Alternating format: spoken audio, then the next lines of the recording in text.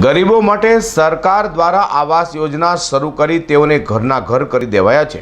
જોકે કેટલાક લોકો આવાસમાં મકાન લઈ પછી ભાડે આપી આવક કરી રહ્યા છે, જેના કારણે ખરેખર જરૂરિયાતમંદ હોય તેવા લોકો રહી જાય છે। ત્યારે વેસુમાં આવેલા સુમન મલ્હાર હાઉસિંગ સોસાયટીમાં ભાડુઆતો સામે આવાસ માલિકોએ હલ્લાબોલ કરી વિરોધ કર્યો છે। સુરત સહિત રાજ્યભરમાં ગરીબોને ઘરના ઘર થાય તે માટે આવાસ યોજના સરકાર દ્વારા શરૂ કરાઈ છે, જેથી કોઈ પણ વ્યક્તિ ઘર વગરનો ન રહી જાય।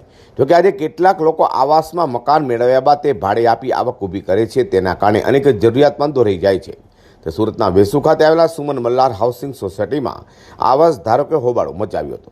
રાત્રિના સમયે આવાસ ધારકોએ હોબાળો મચાવી ભાડુઆતોને ખાલી કરવાની માંગ કરી હતી અને પાલિકા પણ આવાસ મેળવ્યા બાદ ભાડે આપનારો સામે લાલ કરી તેઓના આવાસોનો કબજો લે તેવી માંગ કરી હતી। જો વહેલી તકે ભાડુઆતો મકાન ખાલી નહીં કરે તો લાઇટ કનેક્શન કાપી નાખવાનું પણ આવાસ ધારકોએ ચીમકી ઉચ્ચારી હતી। અમે અહીંયા સુરત સુમન મલ્હાર ડી બિલ્ડિંગના રહીશો છીએ।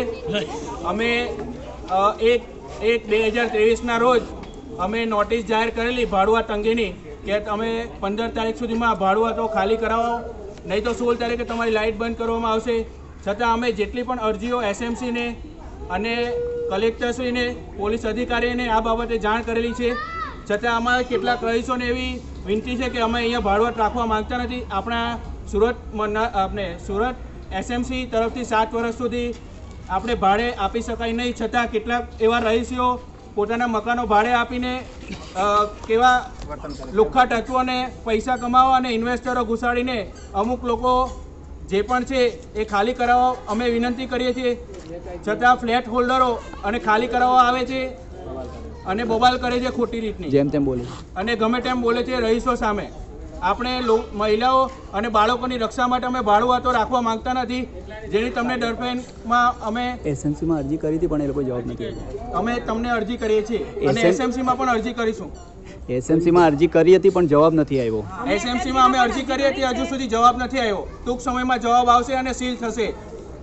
હાલ તો વિશ્વમાં આવાસ ધારકોએ ભાડુઆતો લઈને વિરોધ કર્યો છે।